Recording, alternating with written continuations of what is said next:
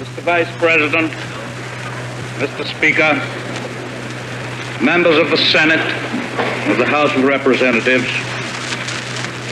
yesterday, December 7th, 1941,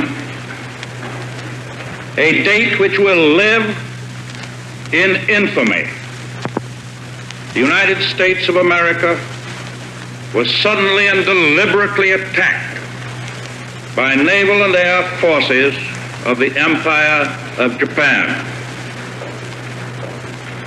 The United States was at peace with that nation, and at the solicitation of Japan, was still in conversation with its government and its emperor, looking toward the maintenance of peace in the Pacific.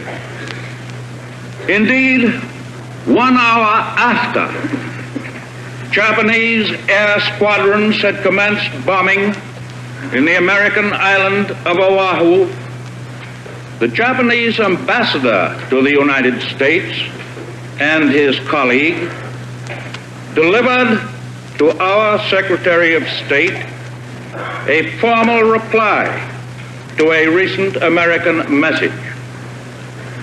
And while this reply stated that it seemed useless to continue the existing diplomatic negotiations, it contained no threat or hint of war or of armed attack.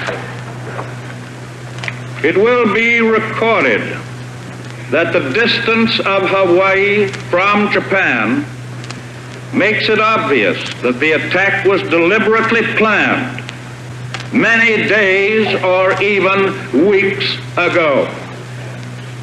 During the intervening time, the Japanese government has deliberately sought to deceive the United States by false statements and expressions of hope for continued peace. The attack yesterday on the Hawaiian Islands has caused severe damage to American naval and military forces. I regret to tell you that very many American lives have been lost.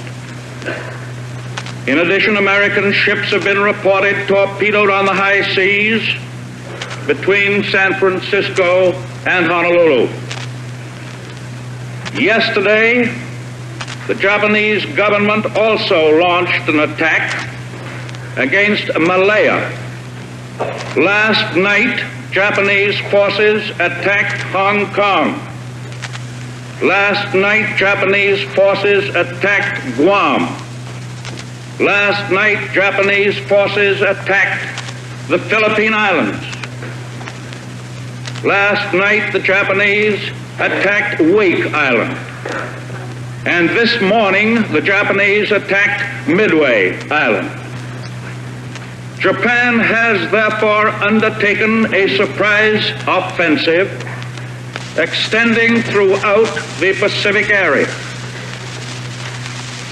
The facts of yesterday and today speak for themselves.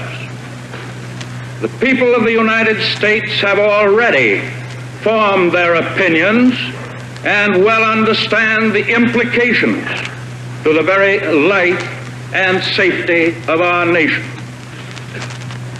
As Commander-in-Chief of the Army and Navy, I have directed that all measures be taken for our defense, but always will our whole nation remember the character of the onslaught against us.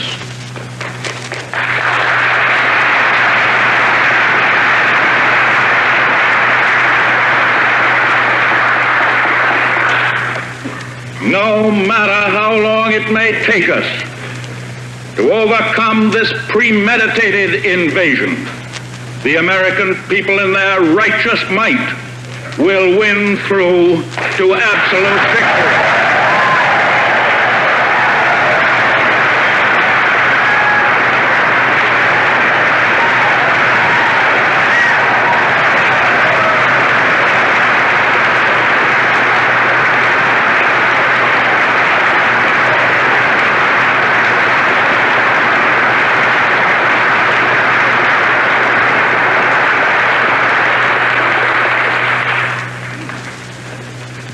I believe that I interpret the will of the Congress and of the people when I assert that we will not only defend ourselves to the uttermost, but will make it very certain that this form of treachery shall never again endanger us.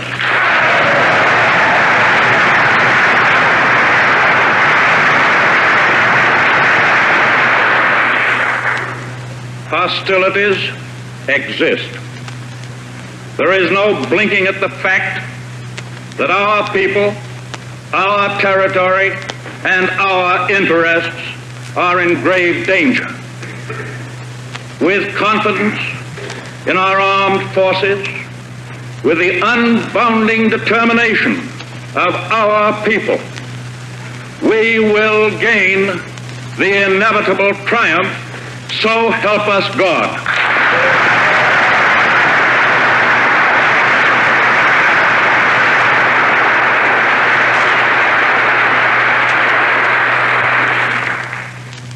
I ask that the Congress declare that since the unprovoked and dastardly attack by Japan on Sunday, December 7th, 1941, a state of war has existed between the United States and the Japanese Empire.